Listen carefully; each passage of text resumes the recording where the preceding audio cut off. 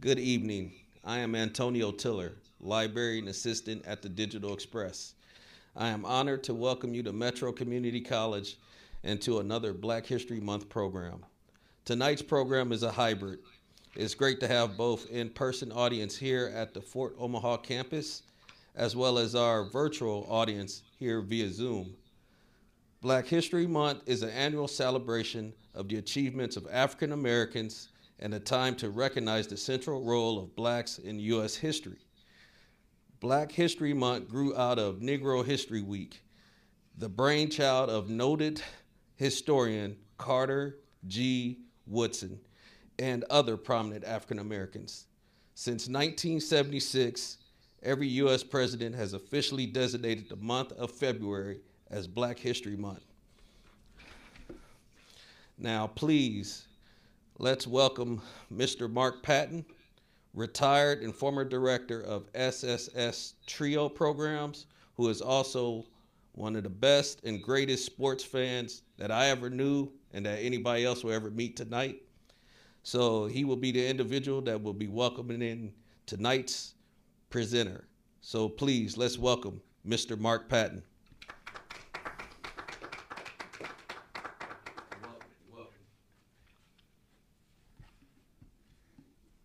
Good evening, everybody. Good evening. Again, I hope everybody's having a good evening. Now, Mr. Phil Dixon is a road warrior, a voracious interviewer, a tireless researcher, and one of the nation's top scholars on Negro Baseball League topics. He has interviewed over 500 players, their wives, and offspring for a unique perspective of the American and Negro League baseball experience. Works for which he has won a Society of American Baseball Researchers Macmillan Award for his excellence in historical research.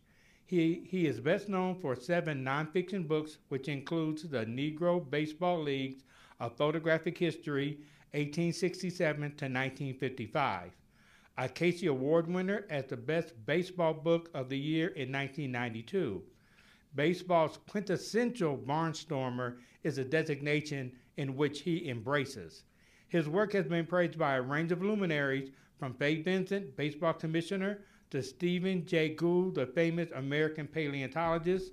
Dixon is a humanities Kansas presenter, and his latest release, the Dizzy and Daffy Dean Barnstorming Tour, Race, Media, and America's National Pastime, continues that tradition. Please join along with me in welcoming Mr. Phil S. Dixon.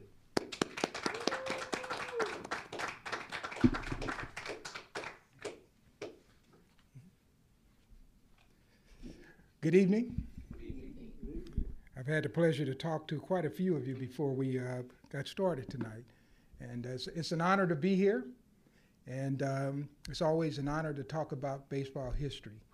You know, as I go across America, one thing that I am always amazed at, as a young person, I was a hungry person. I was hungry for knowledge.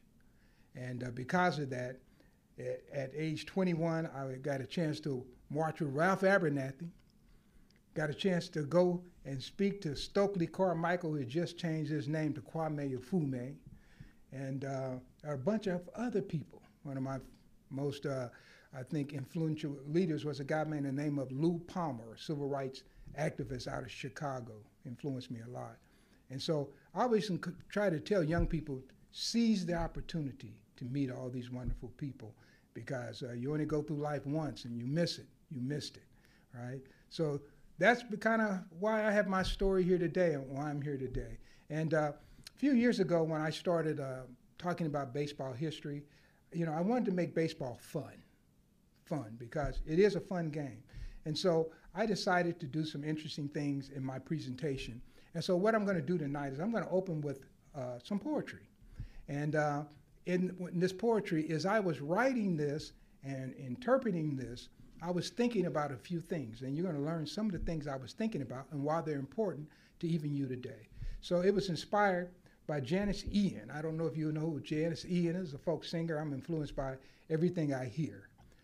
And she had a song called Stars. And I switched it to Giants. So you say, why Giants?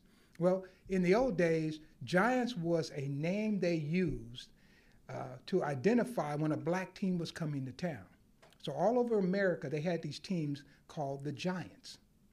And so if it was not the New York Giants, who didn't have the name first, black teams had it first, it had to be a black something.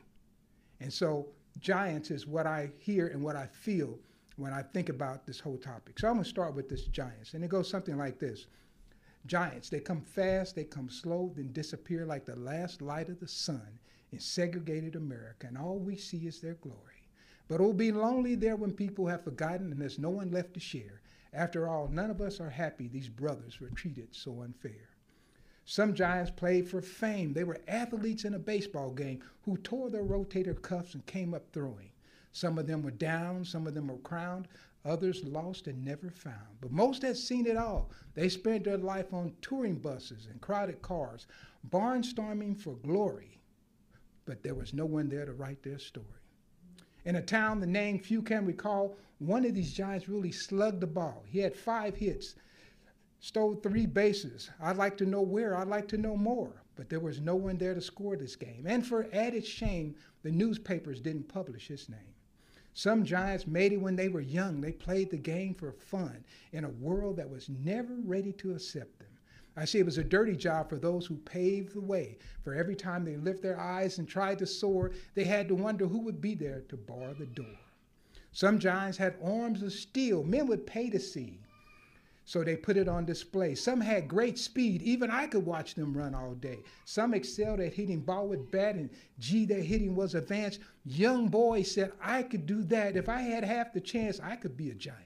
Like bronze men of age 25, young and alive, crowds watching them as they walked and laughed, then asked for memorabilia and autographs.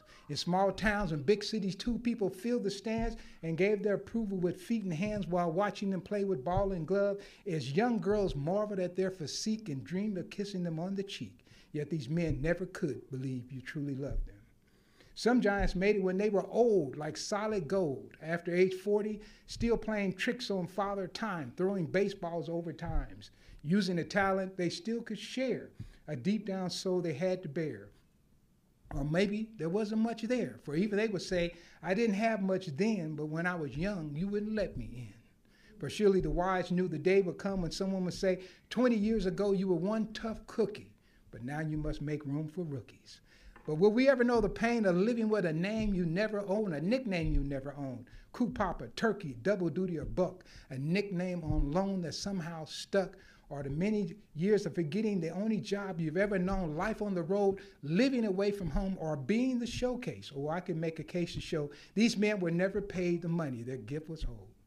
These were men with names that will live beyond this day, men who played for the love of the game, regardless of the pay.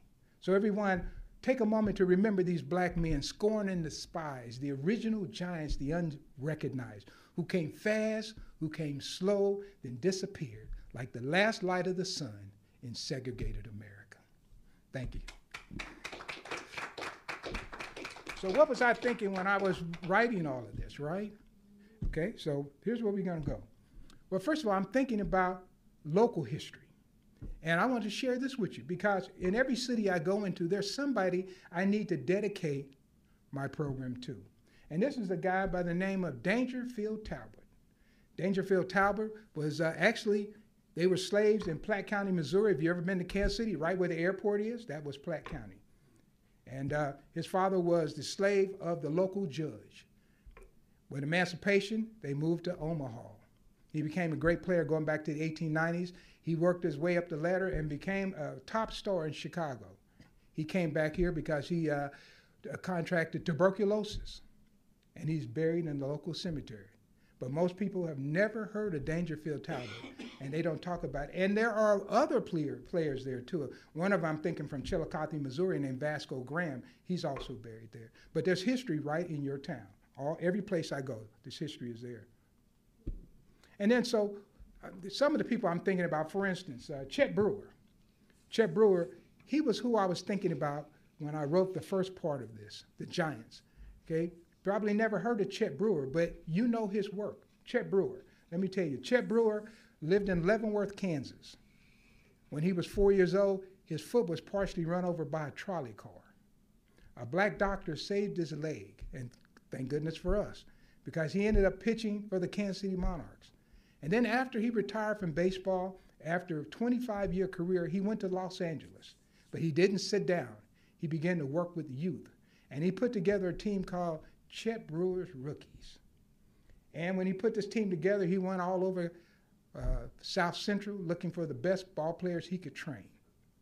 And who did he train? He trained all the people that influenced me. The first baseball player I ever met and talked to was Reggie Smith.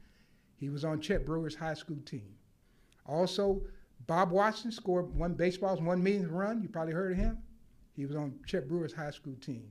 How about Bobby Tolan, National League stolen base leader? Enos Cabello. They were all on Chet Brewer's team. As a matter of fact, he even had the infamous Doc Ellis was his pitcher on his team. When I say infamous, somebody knows about Doc Ellis, so you can read up on him. But anyway, all of these guys, most coaches would be happy to have one guy get to the big leagues. This guy had 8 people on one team. That was Chet Brewer. And so when I went out to Los Angeles, he always told me the story about the trolley car. When I went out to Los Angeles, the first time in Los Angeles, 1987, I spent the night at Chet Brewer's house. So what do you think I asked Chet? Let me see the foot. That's me, right? So I could say I've seen Chet Brewer's feet missing a couple of toes. But when I was growing up, there was a pitcher who played for the Kansas City Athletics named Catfish Hunter. He was missing toes too. So I already kind of knew about that history. But anyway, that's Chet Brewer. That's what I was thinking about. Most people don't remember Chet Brewer. Of course, you remember the Kansas City Monarchs. Probably heard of the Kansas City Monarchs. And the first time the Kansas City Monarchs came to Omaha was in 1920. They were organized in 1920. So they immediately come to Omaha. And they would come here, and they had been coming even before then playing, Storrs Brewery, the brewery team. So there was always a legacy here in Omaha of getting the best African-American team. So the Monarchs came, and there's one of the big stars, Bullet Rogan there, wearing a Giants uniform, right? You see these guys in these Giants uniform, and that's the original Kansas City Monarchs team picture there. And then when I started talking about the story about tearing the rotator cuff, I started thinking about this guy. When I met him, I was 23 going on 24, 1980. I just told my age, right? 23 going on 24, man. It seems like a generation ago. It was a couple of generations ago. Anyway, I met Mr. Mopple in Topeka, Kansas. And he told me the story about his career being cut short because of a rotator cuff, 1934. He started off with the Chicago American Giants in 1920, and then he ended up with the Kansas City Monarchs. And so when I was talking about people tearing their rotator cuffs and come up through, I thought about Mr. Mopple. And every time I go to Topeka, I stop and decorate his grave to this day. One thing about Mr. Mopple, not only did he get me started with the Negro League, because I already knew about baseball, because I grew up studying baseball. I was the kid who knew all these baseball facts, and you know, older people say, hey, this kid knows a lot about baseball, right? And I just studied the books. But he told me about the Negro Leagues, and I started to learn about the Negro Leagues through this gentleman right here. Interesting thing, when he died, all of his pictures were left to me, his passport and everything. His birthday is August 13th, and I didn't know that till he died. Guess when my birthday is? August 13th. This year I would be married 40 years, right? 40 years. My wife's not here. She couldn't make this trip. But guess when her birthday is? August 13th. We won't ever forget that, and I won't ever forget Mr. Mopple. And because of Mr. Mopple, that is the reason why, if you've been to the Negro Leagues Museum, that is the reason why you have a museum, because of people like Mr. Mopple who never saw it, but believed in keeping the history alive. And then, of course, I started off playing baseball, and the first time I actually put on a uniform, I put it on for this guy right here. His name was Sherman Roadblock Jones. Interesting thing, he played for the 1962 Mets. He pitched, first black pitcher to pitch an opening day. He pitched the opening day in Shea Stadium, not the opening of the season. And so by I think maybe it's about 68, 69, he's my coach, right? So I could talk to a guy who could tell me stories about Casey Stengel. And one of the things that I always liked about Casey Stengel, I don't know if you know who Casey Stengel was. He was a manager. He was of New York Yankees, a whole bunch of teams, right? But he was an old guy with the New York Mets, 1962. Casey Stengel's great quote, one of his great quotes was, "The secret to managing a team is to keep the guys who hate you away from the guys who are not decided." That was Casey Stengel. And so I learned a lot about Casey Stengel from my baseball coach, right? But I also collected baseball cards too. And I like to tell the story. I started off with Beatles cards in 1964, took the cards to school. In second grade, the teacher took them and said, "These are toys." She didn't see them as collectibles, and I lost all my Beatles cards. I go back to the store to try to get some more Beatles cards, and they're sold out. The only thing left is baseball cards. Who wanted a baseball card? I wanted Beatles cards, right? So anyway, I started buying baseball cards, and by the time I was 20 years old, I had over 100,000 baseball cards. And I always tell people I had a secret weapon to collecting sets. Now remember, I started in 1964 when the Beatles came, right? But by the time I'm 19, I have sets from the 1950s. I had the 55 Tops, the Life of Ted Williams. I had all the Fleer sets, things that before I even started collecting. And my secret was this: whenever the teenage boys in my neighborhood found out about girls, I went and got their cards. It worked every time. And you saw my picture there, right? I had a little more hair back then, guys. Been a few years. And then I was thinking about some other things too. Thinking about Babe Ruth. So when I said some were crowned, Babe Ruth was crowned. Most people know who Babe Ruth is. And Babe Ruth, I could tell you a lot of stories. One of my favorites, I always like to say, in 1927, Babe Ruth, through endorsements and his salary, he made over $200,000 that year, which was more than the president was making. Somebody came to Babe, they said, "Babe, you made more than the president." And the Babe said, "Why not? I had a better year." That's Babe Ruth. You can't go wrong with telling kids about Babe Ruth. Fascinating individual. Then also, everybody has a favorite player. My favorite player was Dick Allen. I got a chance to meet Dick Allen, and he was amazed how much I knew about him. And as I talked to him about him, he was just amazed, and he got a big chuckle out of it. But I told Dick, I said, you know, if anybody ever followed Dick Allen, he was known for creating controversy around the teams he was playing on.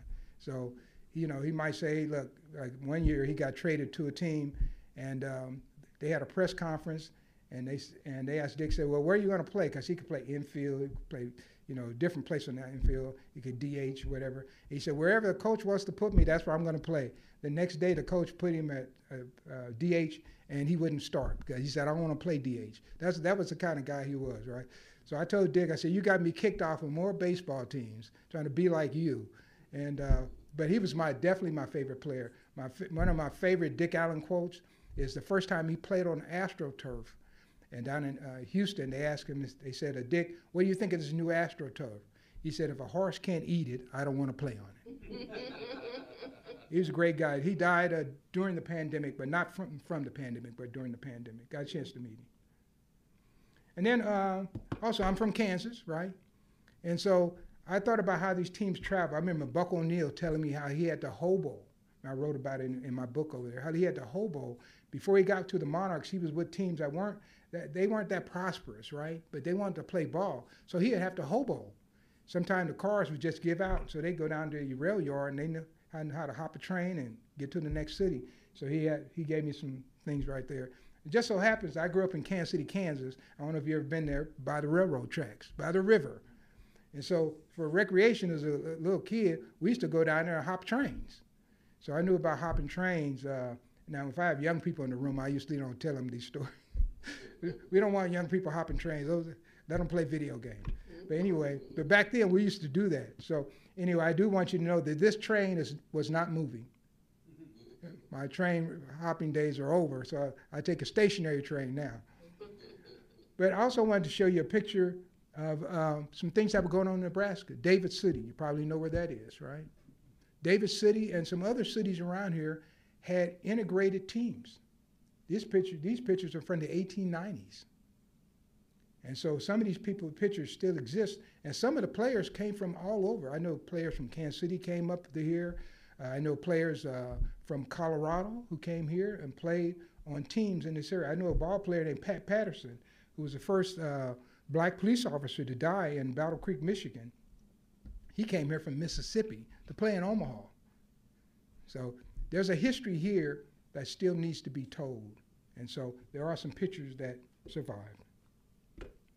And then, of course, when I was writing this part of it, I was thinking about Cool Papa Bell. And Cool Papa Bell, once again, one of the greatest nicknames of all time. Matter of fact, there was a saying, the first time I ever heard this saying, Muhammad Ali said that he was so fast he could turn off the lights and get into the bed before the room got dark. I said, well, that's something. But guess what? He didn't make that up. Satchel Paige said that about Cool Papa Bell, that he was so fast he could turn the lights off and get into bed before the room got dark. So you got to be careful where you get your quotes from. Matter of fact, Satchel Paige had a quote. He said, age is mind over matter. If you don't mind, it doesn't matter. Yeah, guess what? He didn't make that up either. He got it from Mark Twain. So follow your quotes. So anyway, I had a chance to meet Cool Papa Bell, who told me he stole 175 bases in a year. And he only got credit for 90 because they kept leaving the scorebook. So I said, is that possible to steal that many bases? Well, this was the early 80s when I met him. Turns out in 1984, there was a guy named Vince Coleman. Stole about 140 bases in a season. I said, that is possible. But then there was a guy who just retired from Minnesota. I think he retired the season before last, named Billy Hamilton. There was an old Billy Hamilton at the turn of the century, but this is a modern Billy Hamilton who was a black guy, and he stole like 149 bases in a season. It's very doable. So Cool Papa Bell was the first to tell me that story, and that's Cool Papa Bell. I had a chance to meet him. He's in the Major League Baseball Hall of Fame. And then I talk about some Giants made it when they were young. They played the game for fun. And I started thinking about guys who were young and never got their chance because the world wasn't ready to accept them. And I thought about George Giles, who I met, and George lived in Manhattan, Kansas. And I went down to see George Giles, and he had a bar and a little motel by it. And he never allowed women to come in his bar. And so at that time, I was dating my wife, and she rode down with me. But he told her she got to sit in the car. And it's middle of the day, and there's nobody in this place. And so I said, well, why don't you let ladies in here? He said, I've been in business for 40 years. I've never had one fight. When guys came to this place, it was a peaceful place. No ladies. They didn't show off or anything. So that was his start rule. No ladies in his bar. That was George Giles. But he came to the Kansas City Monarchs. He was 16 years old. And the Monarchs said, well, he needs another year of seasoning. So remember, they had these other teams that you could, they weren't in the Negro League, but they were teams that were playing regionally. They traveled. And so they signed him with another team. And the team was the Kansas City Royals. And a lot of people don't know the original Kansas City Royals were black. It was a black team name. And so that's who he played with. And I have a picture of George Giles in his Kansas City Royals uniform from 1925, 26. And so he's 16 years old, coming from Manhattan to join the Negro Leagues. You probably heard of Willie Mays. Willie Mays was 15 when he first started playing in the Negro Leagues. Roy Campanella. Probably heard of Campanella? 15, 16, playing in the Negro League. They got opportunities to play. And so some of these guys, like Campanella, became well-known, Willie Mays. But George Giles, the world wasn't ready for those guys. So they never made it to the major leagues, and we still don't know who they are, unless you read one of my books.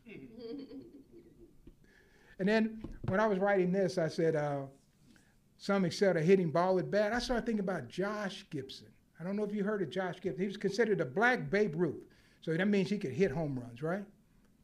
And so he was the black Babe Ruth. So the story I always like to tell about Josh Gibson, there was a guy named Jesse Williams, shortstop for the Kansas City Monarchs. They're playing the Homestead Grays. He goes over to the Grays bat racks, and he sees a bat that's taped up, has tacks in it, it's broken, splinters. And so he grabs the bat, goes up to Josh Gibson. He said, this must be your old broken bat. And Josh says, I don't break bats, I wear them out. This guy was rumored to have hit over 800 home runs. And look what age he was when he died, 35. Imagine that. We should have known about this guy, right? He should have been in the books, but he's in there now, and he's in the Hall of Fame now. But when you start writing, these are the people you're thinking about. Then I started thinking about some local history. When the Negro League started, you know, it was all black players and all black owners except for two men. And I'll show you those two men in a minute were. But they came into a history of, there were a lot of black newspapers. I don't know how many black newspapers you have now. One? One? Okay. Is that the Omar Store? Okay. So these are just some of the newspapers. Actually, the Enterprise newspaper, you ever heard of Ida B. Wells? Mm-hmm. Her name was Ida B. Wells Barnett. Her husband was the editor of the Enterprise in Omaha before he went to Chicago and started the Conservator. That's in one of my books I didn't bring tonight on the Chicago American Giants, History of Baseball in Chicago. But yeah, she was married to a guy who had a newspaper here in Omaha, right? This is real history, guys, right? But these are just a few of the newspapers. But I think when I read it, I think there was like 13 or so. It was some kind of incredible number of black newspapers that have been here through the years, right? And that's where I get a lot of my stories. I go and I spend a lot of time at the historical societies. Now they have newspaper online, so I get to spend more time at home. In the old days, I had to go to the library, right? I came up here and been to many libraries, right? So, but anyway, those are just a few I wanted to mention in case you want to do some research yourself, right? And those two gentlemen in the suits, they were the editor and publisher of the Indianapolis Freeman newspaper, and it was kind of like the sporting news of black baseball world. And of course, there's Rube Foster and C.I. Taylor. And Rube Foster, the bigger guys, he's in the Hall of Fame. And I mentioned that they were all black owners except for two guys. Well, the two guys owned the Kansas City Monarchs. They were partners, J.L. Wilkinson and Thomas Jefferson. Actually, he went by T.Y. Baird. And the reason he went by T.Y., he didn't want people to know what his middle name was because it was his family name. And his family name was Younger. So it's Thomas Younger Baird. Now, when you put Younger with Kansas and Missouri, what do you get? Somebody watched Western, surely. Cole Younger? Right? Those are his relatives. If you really watch Westerns, there was a situation down in Coffeyville, Kansas. Some guys tried to rob the bank in the middle of the day, and they all died. They were called the Dalton brothers. You ever heard of them? Dalton Gang? That's Tom Baird's cousins. So that's Tom Baird.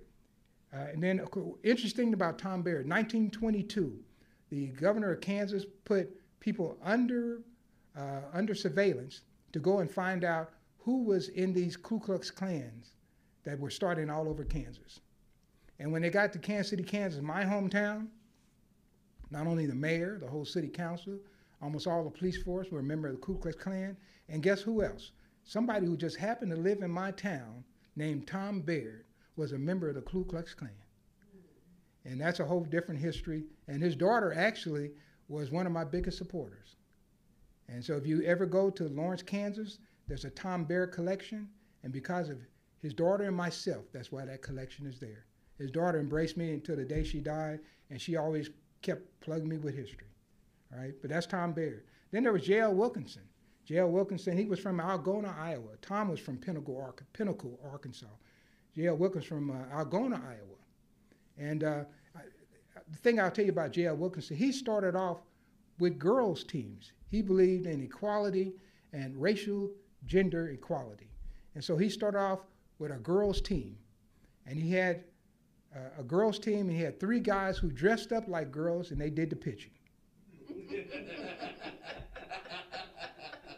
Probably only one of the few political statements I'll make tonight. Don't ask me where they went to use the restroom. But that was J.L. Wilkinson. Later on, he started the All Nations, and he put all these nationalities together. Black men, white men, Native Americans, Italian.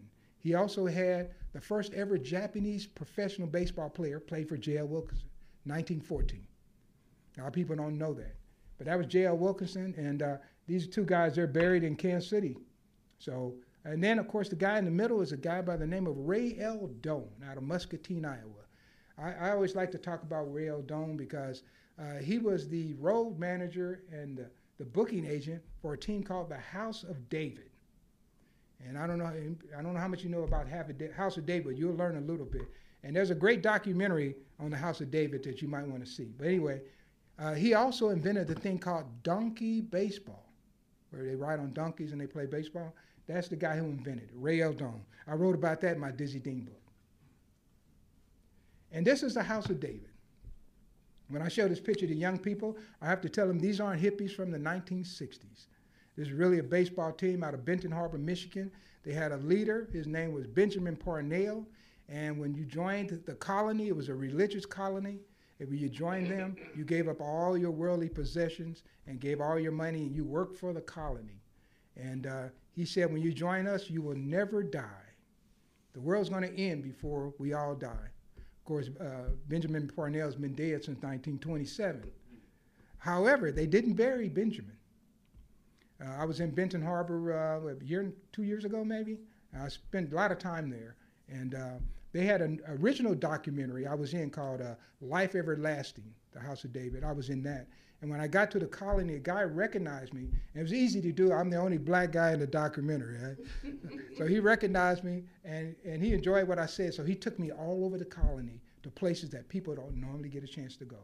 So I saw all this history. I took hundreds of pictures, right?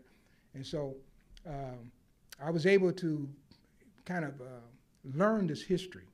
And so this is the House of David, and they were a religious colony. And the reason why I began to study the House of David, I started back in the 1980s because I ran into a baseball player who was big on studying religion. His name was Maurice Doolittle Young. He had played for the Kansas City Monarchs in 1927. And so he told me the first time I ever heard about Father Divine was from this guy. The first time I ever heard of Benjamin Parnell was from this guy. He told me about Haile Selassie. So he was the one who educated and got my interest peaked.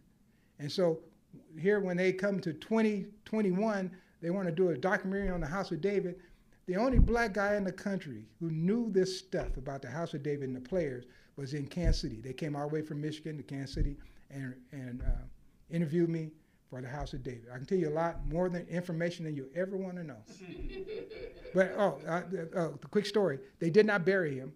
They put him in a glass sarcophagus inside the Diamond House, which is a big house on the property they still have. And by the way, the colony, if you join the colony, even if you had a wife, they practice celibacy because no use having kids if you're not going to be around, right? Remember, the world's going to end, so we don't bring kids into a world that's going to end, right? So even if you were married, you couldn't have relations with your wife, right? And so I think they have one member today. And the only people who run in the colony were the people who left their children. They left the colony and they had more children, and then those the ones running the colony today, by the way. So anyway, they put Benjamin's body in a glass sarcophagus inside the Diamond House, and they have a couple of ladies who come and they fix him up every once in a while, but he is still there. He is still there. And I've seen pictures. I didn't actually get into the house, but I have seen pictures, so I know that he's there. Right? So there's some great stories behind Benjamin Parnell. This veers a little away from baseball, but it's all baseball because they promoted their colony by bringing this baseball team. And this baseball team has some great players on it. And I could talk about some of these great players, but I'm going to talk about two of them. And these two that I'm going to talk about, they weren't actually members of the colony, but what the colony did was to hire them to be kind of like promotion. So they had Grover Cleveland Alexander. Grover Cleveland Alexander still holds the major league record for most shutouts in the National League. He had over 373 big league wins. And when he finishes up in the big leagues, they hire him, Ray L. Doan does, to come and pitch 1 inning a night. And he's going to pitch almost every night because every place they went, everybody wanted to see Grover Cleveland Alexander. They wanted guys were lining up just so they could say, I got a hit off of Grover Cleveland Alexander. Anyways, he's pitching 1 inning a night. And so this is Grover Cleveland, but guess what, guys? Some nights he couldn't pitch that 1 inning. I don't know how much you know about Grover Cleveland, but I'll just tell you this. He was known to take a nip. So some nights he couldn't get up for that one inning, and that was Grover Cleveland Alexander. As a matter of fact, I have a little clipping here from a town where he was going to pitch against his former major leaguer. And so the town was seething with anger when Alex failed to show, but Clarence Mitchell saved the day. He pitched for both sides and beat himself 2-1. That's Grover Cleveland Alexander. And you hear his name, what is he named after? A president, right? Okay. So in the 1950s, there was a movie called The Winning Team about his life story. And guess who played Grover Cleveland Alexander? Our 40th president, Ronald Reagan. You can't make this stuff up, guys. This would make baseball fun for me. So you can go look that movie up. It's called The Winning Team, and the guy's wife, Grover Cleveland's wife in that movie was Doris Day. Okay? Probably heard of her, right? So anyway, and then they also, the next year, they brought a lady on the team. And her name was Babe Ditcherson. And Babe Ditcherson was probably the greatest female athlete. She was certainly the most publicized of the 20th century. And she died at a very young age at 45. But she's in the Golf Hall of Fame. She won Olympic gold medals running track, never went to college. Somebody recognized she could run. So she ran Olympic gold medals. And how about this? She was a good basketball player on top of it. Could have played professional basketball for women if they had it at that time. And how about one more thing? She could pitch baseball. Matter of fact, Burley Grimes, the last person who could legally throw the spitball in the major leagues, said, after seeing her spitball, he said, hers is better than mine. He was in the big leagues. And guess what? Most people have never heard of Babe Ditcherson. I always try to tell young ladies, especially, you ought to know about her. And she has her own museum down in Texas. Grover Cleveland has his own museum in Nebraska, Elba, Nebraska. I don't know how far that is from here, but and he was a Nebraskan. And then if you ever get to Kansas City, you get again. This building here is right around the corner from the Negro Leagues Museum. That was the building where today, February, actually I guess it's tomorrow, but they met on 13th and the 14th. In 1920, they organized the first ever Negro National League in that building there. That building is there. And so when I was writing this part and reinterpreting this part, I started thinking about some guys made it when they were old, but then I started thinking about guys who never lived long enough to get old. And so a few of them I put over here. One of my favorite is Bill Lindsay. Bill Lindsay, when he died, they consider him to be among the 4 greatest pitchers in the world. He died in 1914, and look at his age. And he's buried in an unmarked grave. They don't even know where the grave is. They just know where the cemetery is in Lexington, Missouri. And show you how close that comes. My mother's grandparents are buried in that same cemetery in Lexington, Missouri. So anyway, and then I wrote a book about Dizzy Dean. And so I just thought I'd put in Dizzy just so in case most everybody heard of Dizzy Dean? Dizzy Dean? Interesting stories about Dizzy Dean. When I wrote about him, but first of all, in 1934, he faced Satchel Paige for the first time, and he was impressed. And when the reporters asked Dizzy who he thought was the greatest pitcher ever lived, and Dizzy was just a little bit conceited, right? So they thought he was going to talk about himself. But he said, no, the best pitcher I ever saw was a colored boy named Satchel Paige. He said, if you get him and me on the same team, we can win the pennant by the 4th of July and go fishing till the World Series starts. That was Dizzy Dean. And that's Dizzy Dean and his wife there. His wife, he married a lady that was about 10 years older. And she used to tell the story. She said, we met on one night. We went on our first date the next night. He asked me to marry him on the next night. And the next night we got married. She said, when I tell people that story, they think I'm dizzy too. But she is the keeper of his legacy. And if you go down to Arkansas, his legacy is there because after he passed in 1974, she kept everything. And now it's part of the Dizzy Dean legacy, right? So that's Dizzy Dean. Of course, when you talk about ball players who made it when they were old, you got to think about Satchel Paige, right? Satchel Paige, baseball's oldest rookie. How about this guy? 42-year-old rookie. Nobody's going to sign a 42-year-old rookie, right? And then, how do you beat being the baseball's oldest rookie? It's only one way. You got to be the oldest player to ever play. So at age 59, he pitched 3 innings for the Kansas City A's against the Boston Red Sox. Gave up 1 hit, a double to Corey Yastrzemski, struck out 1 man, Bill Mumblecat. And the reason I know all these names, especially Yastrzemski and Mumblecat, because I collected baseball cards, right? You got to learn how to pronounce that stuff, right? So anyway, that's Satchel Paige. I could tell you a lot of things about Satchel Paige. A lot of people, they like to hear this story. I tell them the story about Satchel Paige. He was notorious for always being late everywhere he went. And so you couldn't put another ball player with him because now you got 2 ball players late. He was such a celebrity, he didn't have to ride on the bus with the rest of the team. He could drive his own car. He had 2 Cadillacs. He had a black one, he had a pink one. Now, sometimes when I say about the pink Cadillac, people kind of snicker, because guys don't want that pink Cadillac anymore because of Mary Kay. But Elvis had one. It was a hot item back in the 50s, right? So Satchel Paige had him one of those pink Cadillacs. So anyway, he was speeding through a town one day and trying to get to the game, running late, and they pulled him over. And the officer said, well, speeding through our community, he said, I can give you a ticket and you can come back, or we can go to the judge, you can pay it now. Satchel said, let's go pay it now. So he goes to the judge, and the judge looks over the case. He says, speeding through our community, that's going to cost you $25. Satchel said, Your Honor, I'm going to give you $50. And the judge said, what is this for? He said, because I'm coming back through this evening.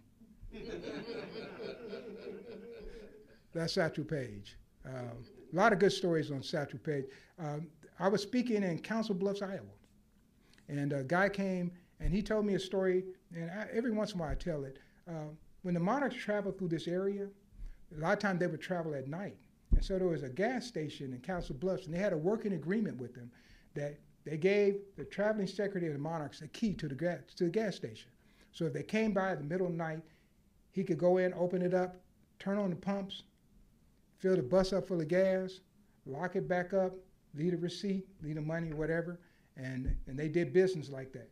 And it was Council Bluffs because they came through crisscrossing this area all the time. So the guy told me that one time he got a call. Him and his dad, they were sitting at home, and they said, there's a black guy in the back of your gas station just sitting there in a car. So he said, well, who would that be? So they went up to the gas station, and it was Satchel Paige sitting in the back behind the gas station. So they knew who Satchel Paige was. His dad said, Satchel, what are you doing here? He said, well, I had a tooth pulled today, and I wasn't feeling too good, and I needed a safe place to park. And so that was a story that guy told me that, and they own the gas station. So a lot of good stories still out there. But Satchel Paige, can't go wrong with a Satchel Paige. And if you're ever in Kansas City, you come back for the Negro Leach Museum, if you go to where Satchel Paige is buried, there's a monument. And on the back of that monument, there's a little poetic saying. And most people don't know it, but I wrote that poetic saying. That's on the back of his monument. And I did make one mistake. I didn't put my name on it, so nobody knows I wrote it. But I keep trying to tell people that I wrote it. And of course, in there, I started talking about nicknames of ball players, right? And nicknames are fascinating, fascinating. When I grew up, I collected baseball cards, right? And I didn't know that ethnicity has a lot to do with nicknames. I didn't know that. For instance, I knew a lot of ball players nicknamed Whitey, but none of them were black. I didn't realize that. So I'm talking about Whitey Ford. Look, we had Whitey Herzog. I didn't realize that these names have origin. And this is how they came about, guys. Generally, on a baseball team, there would be a couple old veterans that would sit on the bench. And then young guys would come in, and old guys sitting there, and they're going to tag everybody with a nickname. So they want to know where you're from. They watch how you dress. They watch how you ate. They watch who you hung around with. They learn something about your family. You know, they learn something, and that's how you got your nickname. Now, that's a lost art now, because if you follow the Royals, what's the Royals catcher's name? Salvi? Yeah, that's his nickname, Salvi. The name is Salvador Perez, right? Mm-hmm. What kind of nickname is Salvi? When I grew up, they had colorful nicknames, right? You know, when I first started following the A's, they had Blue Moon Odom. You know, Catfish Hunter. I didn't know anybody named Blue Moon or Catfish. You know, and I could go on and on with all the nicknames that I heard, but it was something to capture your attention, and it made baseball fun. And they're kind of losing that now. They just shorten your name up, and that's supposed to be a nickname. It's kind of different. So there was one guy I played in the Negro Leagues. I was up with his daughter. she sang the national anthem in Detroit. I was up there last year. And her father was playing in Montgomery, Alabama. And he went out shagging fly balls, a new guy on the team, and there's 2 old guys sitting on the bench. And one guy says, look at that guy running with his chest stuck out. And the other guy says, yeah, he runs like a turkey. So yeah, that's a good name. We're going to call him Turkey. And he's in the Baseball Hall of Fame today as Turkey Stearns. Because the 2 old guys sitting on the bench. It's a lost art, but it's a fun thing. And like I said, the ethnicity of these names, when I'm doing baseball research, I still haven't found a black guy named Swede or Dutch. Casey Stengels' nickname was Dutch. A lot of people didn't know that. So there's a certain thing, and I always tell people, it seems like the 2 most popular nicknames that cross all racial boundaries are usually Pee-wee and Junior. Lots of Pee-wees and Juniors out there, right? So anyway, it's a fun thing, but most people, when they think of nicknames, they don't think of them quite the way that I might think of them, right? And then, of course, I find some interesting pictures as I come across. I spoke maybe a year and a half ago in Claremore, Oklahoma. And I flashed this picture up of that sign there. And there was a guy who was about 80 years old. And he said, I remember those signs on the highway all the time. And he remembers the actual sign. The Kansas City Monarchs were going through there. Those are Kansas City Monarch players underneath the sign because they were surprised to see the signs like this that were out on the highway.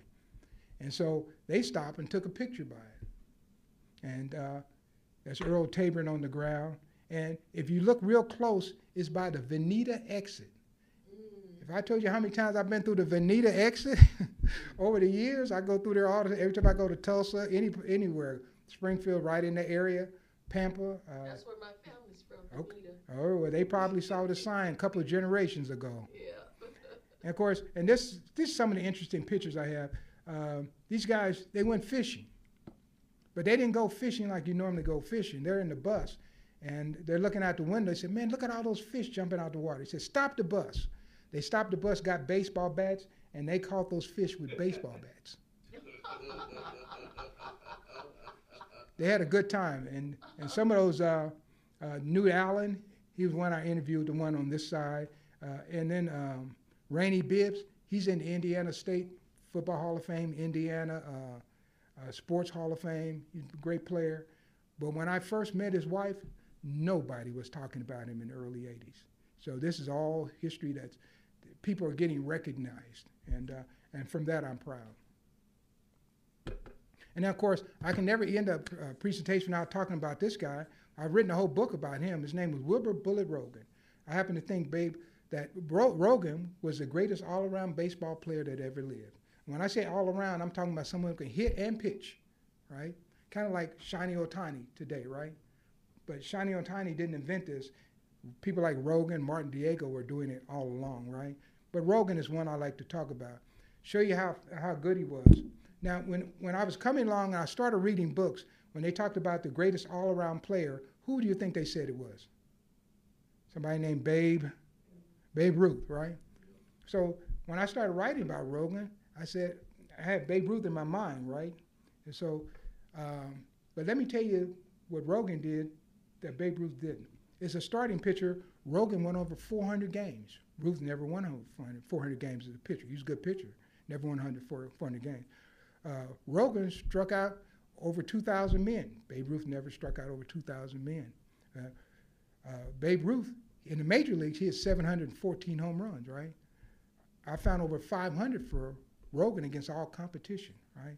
Many times Rogan would pitch a shutout, hit a home run, practically win his own baseball game 1-0. And he could also run. He was a 10-second man, could run the 100-yard dash in less than 10 seconds. Now, somebody knows Babe Ruth couldn't do that. But that was Wilbur Bullet Rogan. I like to talk about him, written about him, and I'm like his biggest fan, right? And he was from my hometown, Kansas City, Kansas. He was born in Oklahoma, but raised in Kansas City, Kansas. So I knew lots of people, especially 40 years ago, who actually knew the man and his family. So that was Rogan. And if that's not enough for you guys, he also drove the bus. So that's Wilbur Bullet Rogan. And that's his wife. He married a farm girl. She's born in Cawker City, Kansas, raised in Hugo, Colorado. And anybody ever been to Cawker City, Kansas? Somebody knows what they're known for, right? The world's largest ball of twine. Yeah, see, he's been there. He's heard about that place. Yeah, it's not much of a spectacle to see, but I did go see it. She was from Cawker City, right? And only thing I would say about Catherine, that's his wife, is I would hate to be sitting behind her in church. And there's just a little bit, there's a monument of Rogan outside Bricktown Stadium in Oklahoma City where he was born. And of course, there's a monument at the cemetery, and I go out there and play taps. I was going to play my trumpet tonight. I didn't get it out, but it's out, but I didn't play it. I'm trying to keep it moving here. But I do go out and play taps at their grave sites, Veterans Day, Memorial Day, things like that. And also, trying to remember some of these people, and that's kind of like the end. Let us remember these black brothers scorn and despise the original giants, the unrecognized. And I was thinking about people like John Buck O'Neill. He was put into the Major League Baseball Hall of Fame just a couple of years ago. And it's been my honor as a kid who started collecting baseball cards to have been on the committee that selected the ballot to determine who gets in the Hall of Fame.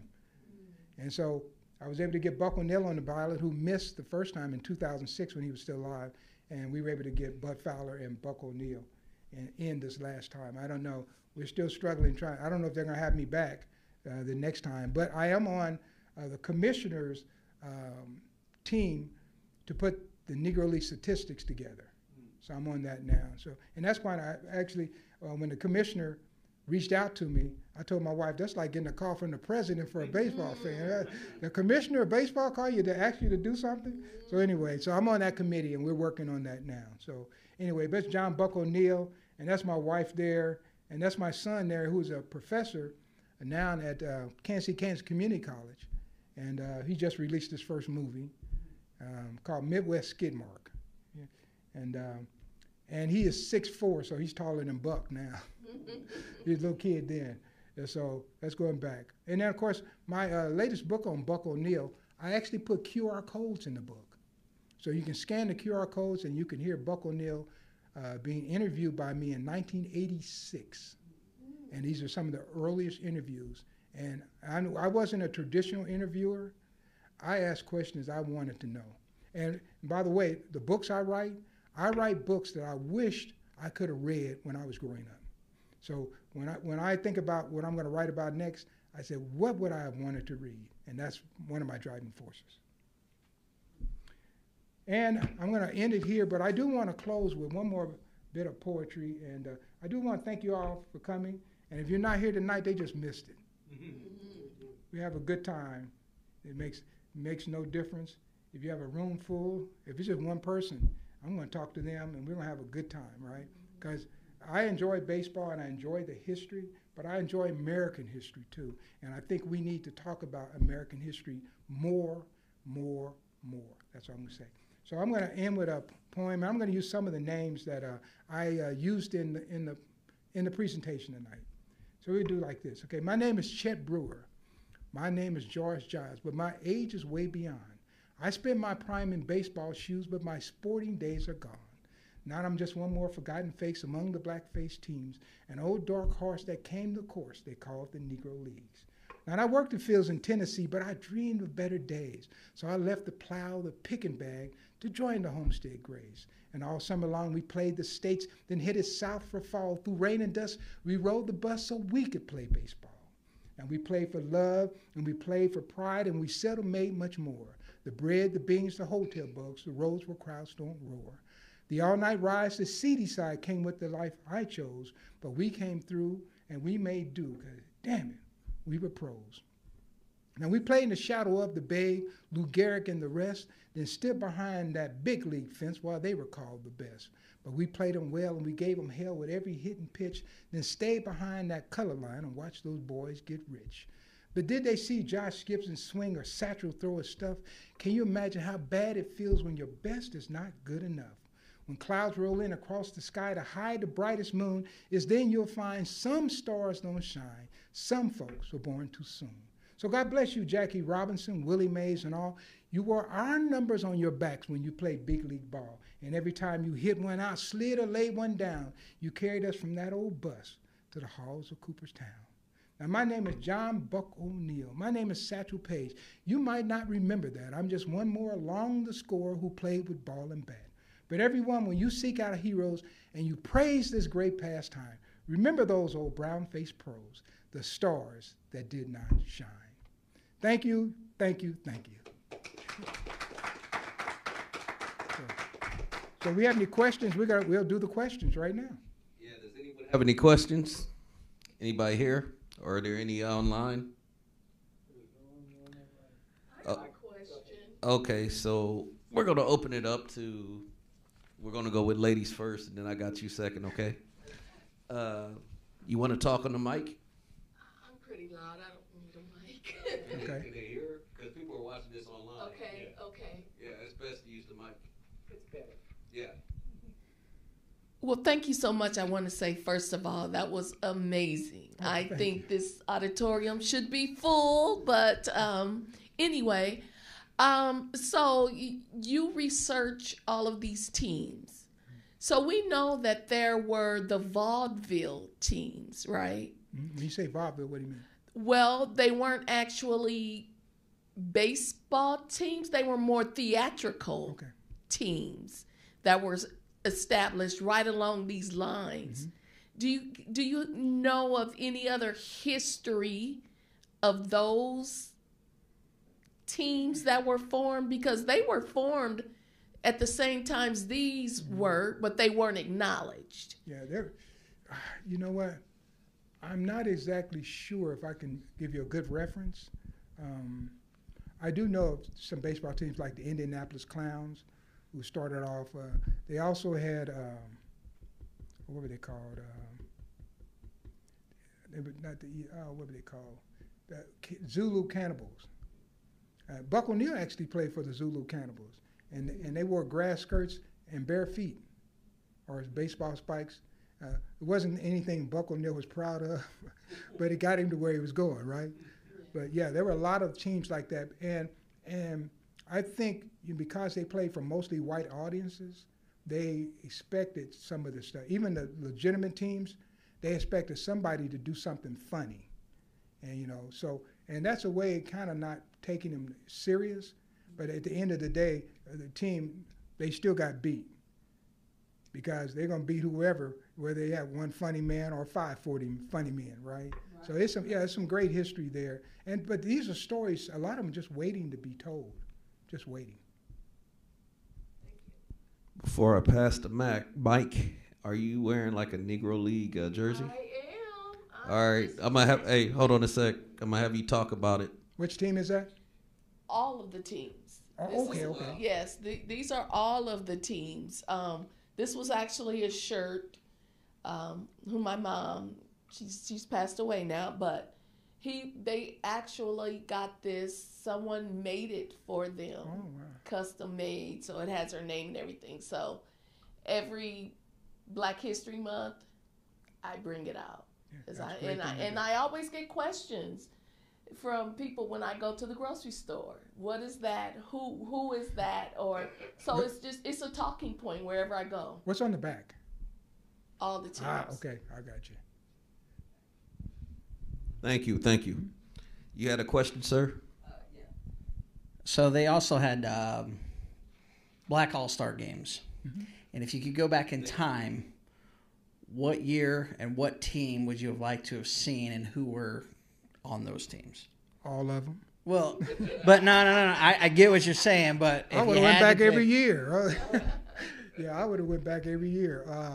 Oh man, probably the first to second year weren't as good because they were just getting started, and they used a lot of guys from one or two teams.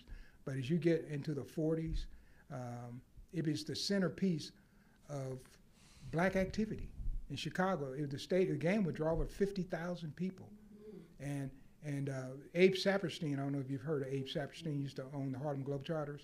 He was responsible for selling tickets to white people to get white people to come to the game, and I think he peaked out at 1,500. The rest of them were black people. coming to this event, and they would take trains from all over the country to come to this one game and to come to Chicago. Yeah, the East-West game is what it was called. Started in 1933, and he had his heyday in the 1940s. And then, of course, right after integration, things changed. That would have been at Comiskey, wasn't it? Yeah, all the games were at Comiskey, Comiskey Park in Chicago. That's right. A couple of years they did have a game or two in Cleveland, at the old Cleveland Metropolitan Municipal Stadium. So, and then I'm going to recognize this gentleman right here.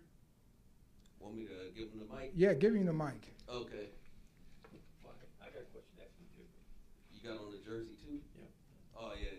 You got to speak about the Oh, jersey. okay. I'm wearing a jersey that my kids gave me. It's Homestown Grays. Gibson's numbers on the back.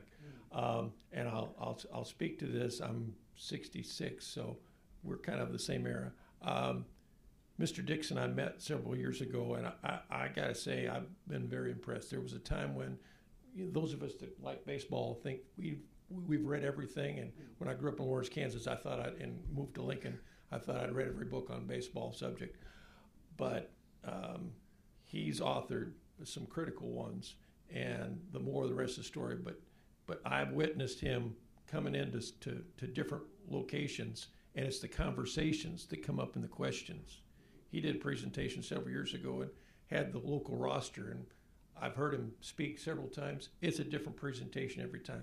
He's a lifelong learner. He brings and some adds to it. And my question to you is what might have been a couple of the most thoroughly interesting and revealing interviews that you've done? I know you'll say, I didn't ask him all these baseball questions, but as a former history teacher, you learn history. The textbook doesn't cover everything, and it's the questions that come out of it. I'm thrilled that he's added in the QR codes so that, kids can, some great individuals, grandkids probably never heard their grandfather or grandmother, talk and interview. But who were a couple of interviews that you got a chance to do that, brought a wealth of information and dropped some history on you? Well, Double Duty Ratcliffe.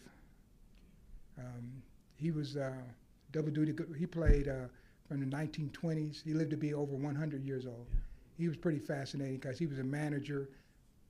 Managed a lot of people, so you could ask him about a lot of people. I have a lot of tape recordings of Double Duty as well.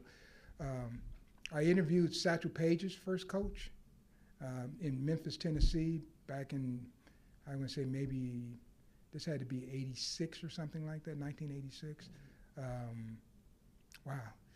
There's been so many good interviews. And Cool Papa Bell, I went down to his house all the time.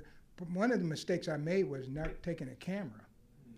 If I had a camera, oh my goodness, the people I missed, I have their interview, but I don't have them on camera or a picture with them. But yeah, there were so many.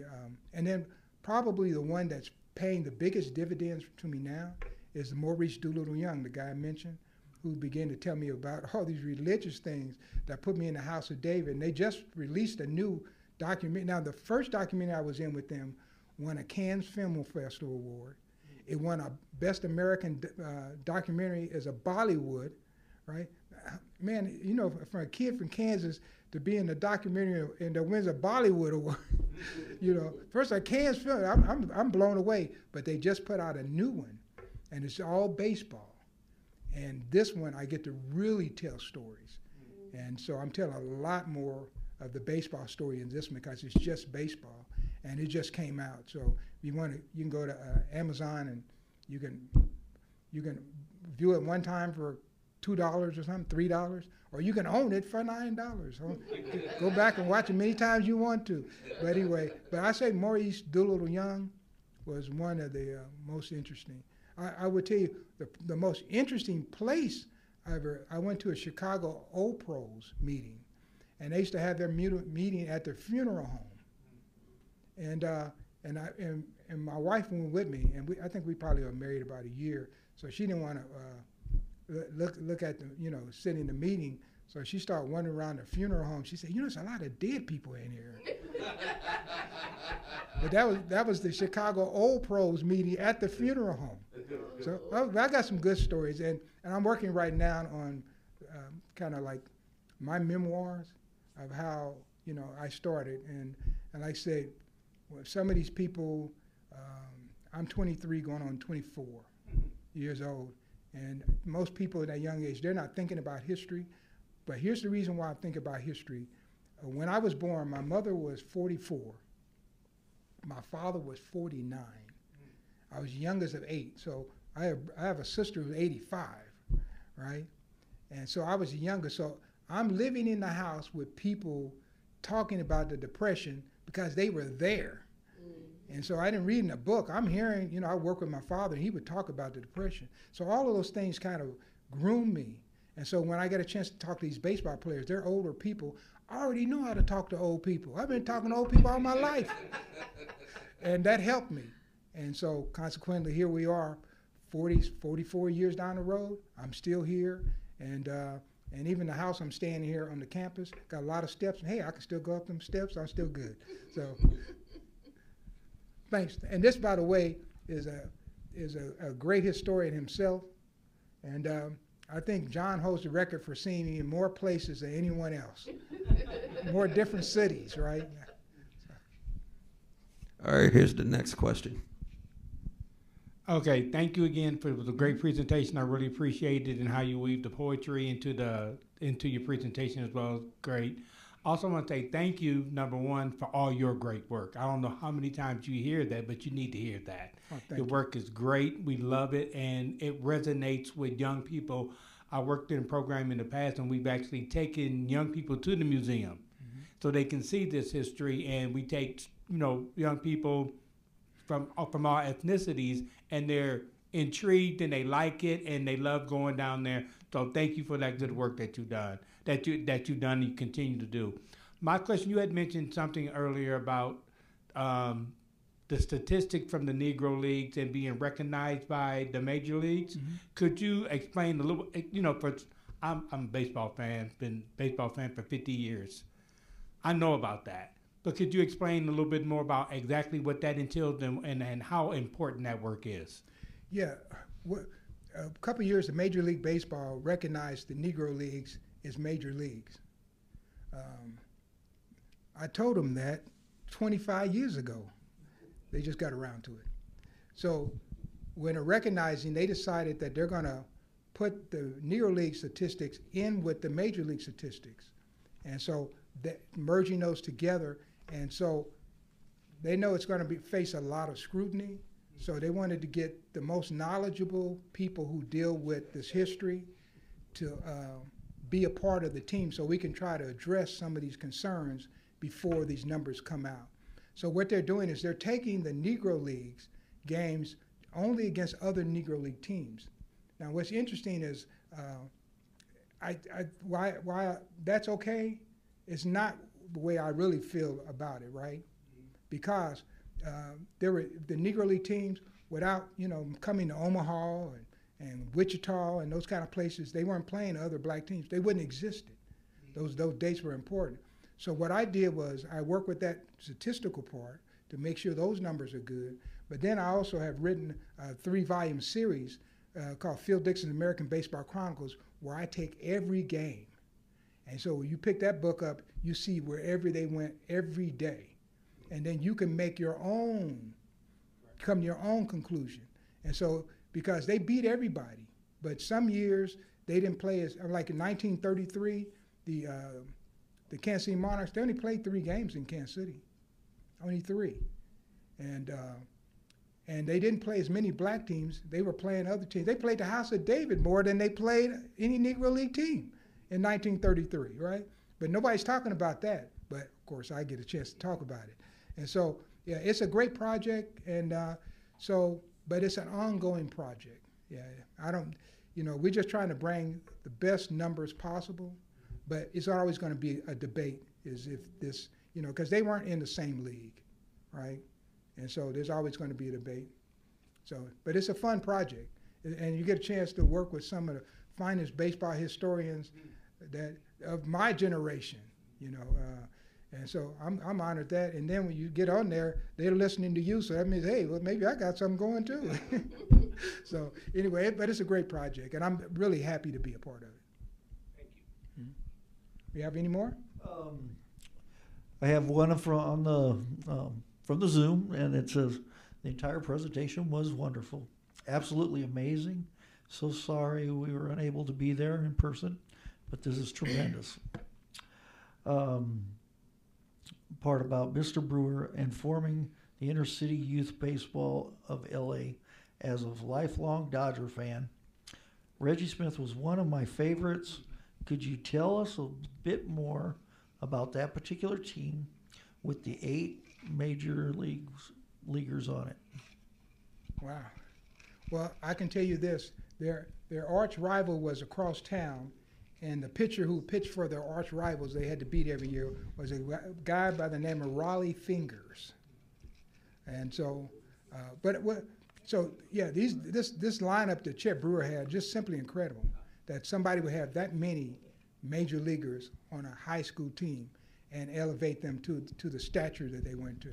So, but let me tell you one story about Reggie Smith. When I met Reggie Smith, I was in the 5th grade. And one of my classmates in my 5th grade class, his name was William Patton. And William Patton was Reggie Smith's cousin. And so we played on a team. All we had was blue jeans, a blue hat like this, and a white T-shirt. And we had a community team, and we would play against other churches, other communities. And one of the local pastors who lived on my block put us together, right? So we're playing at Cleveland Park in Kansas City, and the guy said, hey, my cousin's going to come over and give us a pep talk. So who's your cousin? He said, he plays for the Boston Red Sox. So what's his name? He said, he's a rookie. It's Reggie Smith. He comes and gives us a pep talk, and so it was good. First major league player, right? Then the Red Sox go to the World Series. So I'm watching the World Series, not at home, at school. All right, teacher say you get your work done, you can watch the World Series because all the games are in the daytime. A lot of people don't realize the first time a night World Series game was played was in 1971. So this is 1960s. So at school, so the teacher turns on the TV. I'm at an all-black school, all black students, right? Turns on the TV, so we're watching the Red Sox, and I see Reggie Smith. I said, man, I just met that guy. I know somebody who's famous. And just like that, I became a baseball fan. I'm still here because of meeting Reggie Smith in a summer park.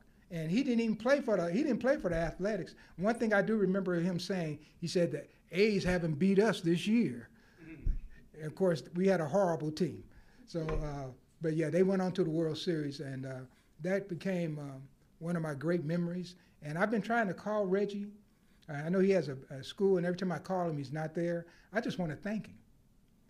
And he would never know that he inspired somebody to create the Negro League Museum later on, because I'm a co-founder of the museum, and it started with meeting Reggie Jackson on the playground. So when people talk about getting black youth involved, you know, we got started in the community, and it was people in the community who wanted to give us something else to do, and it was baseball. And I became one of their star pupils. And so, like I said, here I am today, still telling the story. And can still talk about Reggie Smith. How about that? So we'll take one more. I think we're about finished. We finished? We got like a couple more minutes, okay. I think. Let me double check. Yeah, we got a couple more minutes. All right. Is there any more questions that you see online? I got one. Okay. So how many of those Giants did you have the opportunity, the privilege to meet or an interview? Oh my goodness. I met a lot of ball players. I was able to get pictures with some of them. Growing up, John Mayberry, you remember? Well, when I worked with the Royals, because I was inside, so anybody who came to town, I could go up and talk to Bill White because he was an announcer. I could go up and talk to Phil Rizzuto. Len Dawson used to be the quarterback for the Chiefs. He covered the news. I used to go down and sit next to Len. Never took a picture with him. You know, I'm there. I see him all the time, right? I said, man, what he killed these opportunities. But I would go, and anybody who came, and one of my favorite guys was a guy by the name of Hank Bauer. Hank Bauer, when I first started collecting cards around 1966, he was the manager of the Orioles. And like one of the first cards in the set, I think it was 67 or 66, it had Hank Bauer, Brooks Robinson, and Frank Robinson on the card. But now, here's the 1980s, and I'm sitting next to Hank Bauer. And I used to bleed, because I also coach baseball, right? And so a situation would come on the field. I said, Hank, and well, let me put this. Hank didn't like to sit in the air conditioner at Royal Stadium. So he liked to come over where us peons were, because we were like freelance writers. I wrote for the Kansas City Call. And so we had to sit in the open air, right? So if it's hot, you got hot, right? Frank, so he would come over there because he liked the fresh air. And he would always sit next to me, and he would always say, hey, when she found out what I was doing, he would always say, you're still collecting that baseball dope? You know, they can't talk. But Hank, we used to cuss every other word. Except when he got on TV, he never cursed. I said, how did he do that? You know, but this guy was one of the smartest baseball people that I ever met. And I'm going to close with a Hank Bauer story. Is that okay? Hey, that's cool. Okay, Hank Bauer story. I was talking to Hank one time, and he told me a Casey Stengel story. He said Casey Stengel, who was managing the A's at that time, the Yankees, managing the Yankees, he said he called a special meeting. And so everybody's gathering around wondering what he's going to talk about. And he goes to Elston Howard. He said, look, we've got one black player on the team. He said, and it's the only black player we got, and we happen to get the slowest black player that ever lived. So everybody's looking at him. Now I'm looking at Hank's telling me the story. So I said, was Elston Howard really that slow? He said, oh, was he slow? So I went home that night, and I'm thinking what Hank said, right? So I opened up my baseball encyclopedia. It used to be the book about this thick, right? And so I opened it up, turned to Elston Howard, and Elston Howard played about 15 years. He stole 8 bases. I said, dang, I never would have thought of that till Hank told me. But it came from a meeting that they had with Casey Stengel. He wanted to know why we got the slowest black player that ever lived. And that was Hank Bauer. But he was an incredible guy, and he's gone on to glory too, but I had some great Hank Bauer stories.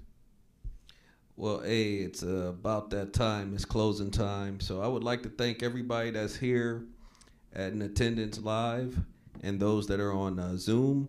And I would also like to thank Phil S. Dixon for coming and giving us all these good stories. And be on the lookout for more Black History Month events that are being presented at Metro. Thank you, everybody, and have a good night.